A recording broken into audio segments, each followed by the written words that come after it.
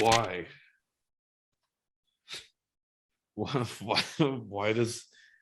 Why would anyone want to build a wall, specifically in the current day UK? Well, let me tell you why. Keep those rowdy Picts out. Yeah. Today we're going to, I guess, talk about Hadrian's Wall, one of the famous walls, along with the Great Wall of China and a certain wall that was never finished in the US. I have a question. Yeah, lay it on me. I've never heard of this wall. You've never heard of Hadrian's Wall? No. Why? What is it? Exactly. No, we're looking at why the Hadrian's Wall. No. But what? Yeah. So what is it? It was a wall that stems from kind of coast to coast in a certain part of the UK, specifically Wallsend on the River Tyne to Bowness on Solway in the west. So a major misconception of this wall is that it marks the boundary between Britain, or not Britain, England and Scotland, which is actually incorrect. But it's in the region of Northumbria, which is in northern England. Again, basically, when the Romans had invaded, I guess modern day UK, specifically, mostly England, really, they basically landed and had to deal with all the people who were all living there, and things were not very good between those two. So there's a lot of fighting going on, and as the Romans kind of pushed northwards, it just kind of like issues of supply lines, communication, etc., became very, very difficult. So they were just like, fuck it, this is where we're going to end for now. So they built up this huge wall. It runs a total of 73 miles. So that's fairly large, close to 120 kilometers, I guess you want to say, for those on the metric scale. Yeah, it kind of varied in heights, from my understanding. Mostly used for like rocks and stuff like that. But like, there's not much of it left today because a lot of the stonework had been like repurposed. But like when I was looking it up, one of the cool things that I saw was that it was kind of used as like a customs office, which is kind of interesting to like imagine, like, I guess some sort of like for me specifically, it's always kind of hard to imagine like formal trade and like organization, because like when you think of like the past, it's kind of hard to imagine similarities, if that kind of makes sense. Well, for me anyways, like it's kind of always kind of cool to hear like, oh, there was some form of bureaucracy and stuff like that we all go through whenever we get off a plane or whatever across the border. People had to deal with it back then. So there's just misery, just unending. But yeah, I mean, it's also kind of funny. I didn't know this, but it's apparently a second wall was put up like 20 or 30 years later, and just like further north a bit. So I could imagine if you're like, why? I guess they thought maybe we could kind of push forward a little bit more. But just like, could you imagine like working on that, and then it's just like, yeah, we're gonna build another. It's just like, fuck, man, like let's just finish this one. Yeah, but it also kind 30 feet in front of the other one. No, like I meant like 20 to 30 years. Oh, later. Like after the completion. Okay. Sorry, I confused that. Yeah, no worries. That would be a piss off. Yeah, but I think its primary use was just a giant fort. Yeah, to support giant forts, because a lot of the relations between the Pictish people and that kind of made up the majority of modern day Scotland did not get along with the Romans and stuff. So they were just like, yeah, fuck it, let's just build a giant fort. We're gonna build a wall, is what he said.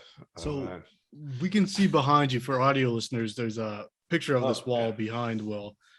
What is that stuff sort of on our side of the wall? It looks like trees. I'm also looking at some other Google images. They look like what would like spikes, like for people who jump the wall to be certainly impaled. So this is actually called a Valon, and I think it was in certain parts of the wall. It was found on both sides. I didn't know about this until actually today. It's kind of like a ditch. So like there would be like this kind of like almost like a moat, but not really a moat. And then also like you'd have two mounds that were like pronounced on each side. So like I guess you can't see my hand. So these two ridges, those were actually intentionally put on. And my understanding is it was kind of like the Roman DMZ. So like that was kind of like the limit of like where non-Roman soldiers could enter or go up to before you get murdered, I guess. Certainly impaled, as Matt. Yeah, or just shot with arrows. Definitely varied throughout, but it was 100% intentional and ran.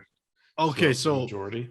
So what we're seeing behind you, is this what the people who built the wall would see on their side, or is that the other side? In certain parts, both, but majority on the other side. The other side being, I guess, the Scottish/Pictish side. Okay. Which is all called Caledonia, which is kind of cool. There's a cool name. So it's like if I tried to jump the wall, I would fall into these spikes. But say I survived that, I would then have to go through this ditch and get arrowed at. No. So you'd actually start from the mound. So you have to run up this mound that was, I don't know, 20 to 30 feet high. Okay. And then you'd probably get spotted, and then you probably just get like annihilated. And if I didn't, I would impale myself by running towards it. Yeah, or you'd have to just like deal with like going through that, which would take a while. And then, if you climb up, you run the risk of falling onto it. Oh, I see. If there were spikes, but you would like, I think the whole idea is to have like a better sight line of who's coming in and just kind of inconvenience any raiding party or whatever. You got to run downhill, then uphill, then through spikes to get to the wall, and then you have to climb it. And then you have spikes on the other side again. Yeah, and another ditch if you make it that far, just to spite you. And then also depending on the area, you'd have like guardhouses and outposts and stuff like that. And all that fun stuff. I think one of the coolest depictions is in Assassin's Creed Valhalla, which, as a side note, like the reason why I love the Assassin's Creed games is almost because of the setting. Massive Assassin's Creed apologist, but I don't care. I love the games. Another guilty pleasure. But yeah, like you get to see, I mean, like at that time, like the wall is like 800 years old at the time of Assassin's Creed Valhalla, but it's still kind of cool to see how like it's still intact and it's still like this giant like looming force that like there's still people on it and stuff like that. But yeah, I mean the majority of it over time was just repurposed for castles and shit, roads and etc. I think, was this the wall that inspired George Martin when he wrote like Song of Ice and Fire, where because I know I heard like an interview where he was saying like he was in England at this wall and he was talking about how it was like the border of the Roman legions, and he was like imagining himself as a Roman soldier here at like up north in this foreign country, England, fighting these like barbaric people like so far from home, and that's like sort of the mentality he had when he was like trying to think of the wall for his story. That's spot on, because I mean if you think about it, like Rome is in the Mediterranean, right? And then like to them, or like the average person in Legion or whatever, like that was like the end of the world, like the frontier, at least for a time being, right? And then you have just all these people every once in a while rushing in and out and like getting into fights, stuff like that. So very strange, which is pretty much kind of how, like, I don't know if you were a random conscript from King's Landing going straight to the wall, like that's kind of how you'd see it as well, right? Yeah. Like this is it. This is everything that we know about the world ceases to exist after this point, at least for like general public. No, I loved hearing that. Like that's such a cool, it's like fantasy Yeah. inspired by real life. Yeah, and like again, like Assassin's Creed Valhalla does a pretty cool job of it. Also because the map of the game itself ends at just past the wall, so Right. it is the boundary for the game itself. But like I it's kind of cool to see like the size and scale of it all.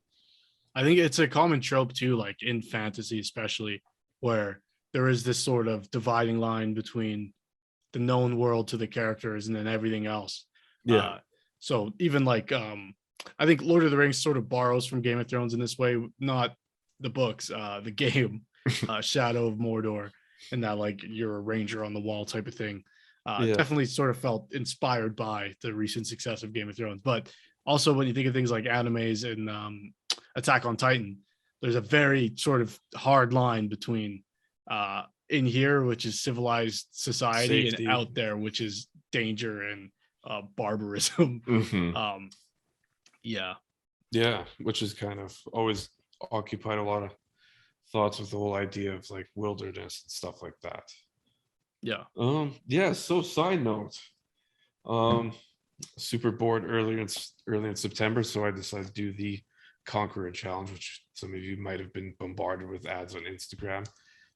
So I did the Hadrian's wall, so it's like you record like your distance and stuff like that. Did it in 6 days because it's about drive and power, and we stay hungry and we devour. I will never do it in a timeline like that ever again because I thought my body was going to shut down on the 6th day. But So you traveled the whole length of Hadrian's Wall whilst doing other exercises in a yeah, matter of 6 days. Wow. yeah, but it was kind of cool because like on the app you could see like kind of like an Apple/Google Maps Street View, and it would kind of give you like an update, but it also gave you like historical like postcards, which I thought was kind of cool. That's sweet.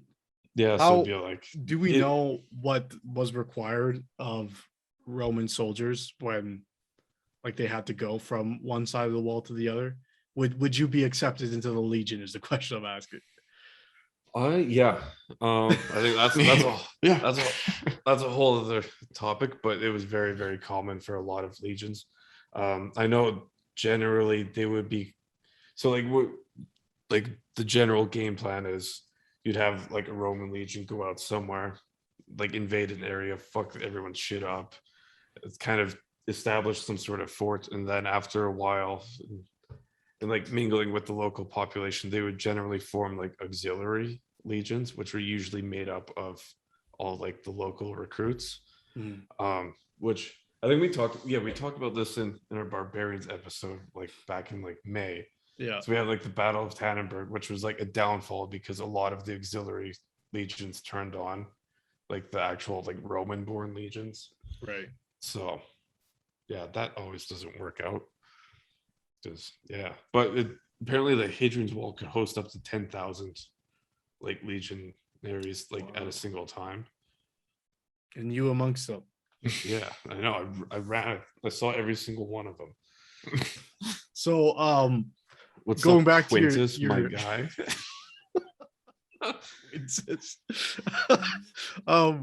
going back to your essay question, why build a wall? So Yeah.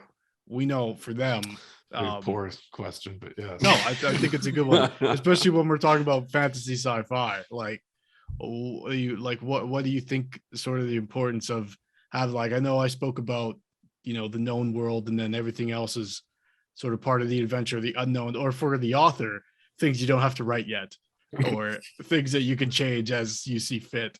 I've always wanted to run a D&D game in the style of Attack on Titan, where you were stuck in this small area and everything else was certain death. But it's tough to do without, like, if people have seen Attack on Titan, the spoilerific, which I think was really part of the appeal to that show, like the mystery of what the fuck is going on is really important to it. So it might be tough to do, but sorry, I'm rambling here. I think a lot of it lends to like character development. Because like you have like going beyond a wall, be it an actual wall or just like city walls or whatever, kind of like adds to character development because it forces like characters, I guess, to like mature. Yeah, so for example, again, we were mentioning off screen was the Metro 2033 games, where you have a character who spent the majority of his life growing up in this single metro station underground, and then all of a sudden he's like thrust into a task where he has to go like to the other side of the metro station, which is to like the other side of the metro line, which is like super perilous, as well as like going outside onto the surface of like this irradiated area that's full of like mutants and freaks and bandits and stuff. But like that's kind of like what we see a lot in like, for example, like Star Wars, like Luke leaving Tatooine and like the farm and having to deal with the world outside of that. Or yeah, I think that's like pretty common. Or even like in the Green Knight, when Garwin leaves Camelot, like we kind of see that. That was really good. You sounded just like him. Yeah, Garwin. Yeah, even the line in Lord of the Rings. You know, if I take one more step, this is the furthest I've ever been from home. Yeah, leaving the Shire, like to the average hobbits, the world kind of ends at, I guess, like where the Shire ends, really, right?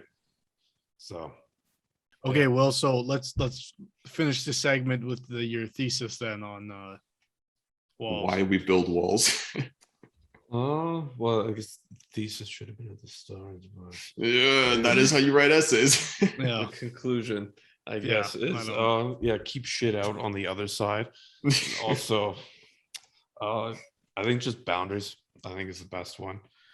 Like if you're going to use it in writing for fantasy, because yeah, just kind of having that whole unknown region for your character to discover helps the reader just discover the story. I don't know. Also, that was beautiful. you could also use it as for buying time, like what I'm doing right now. Yeah. Brilliant. Yeah.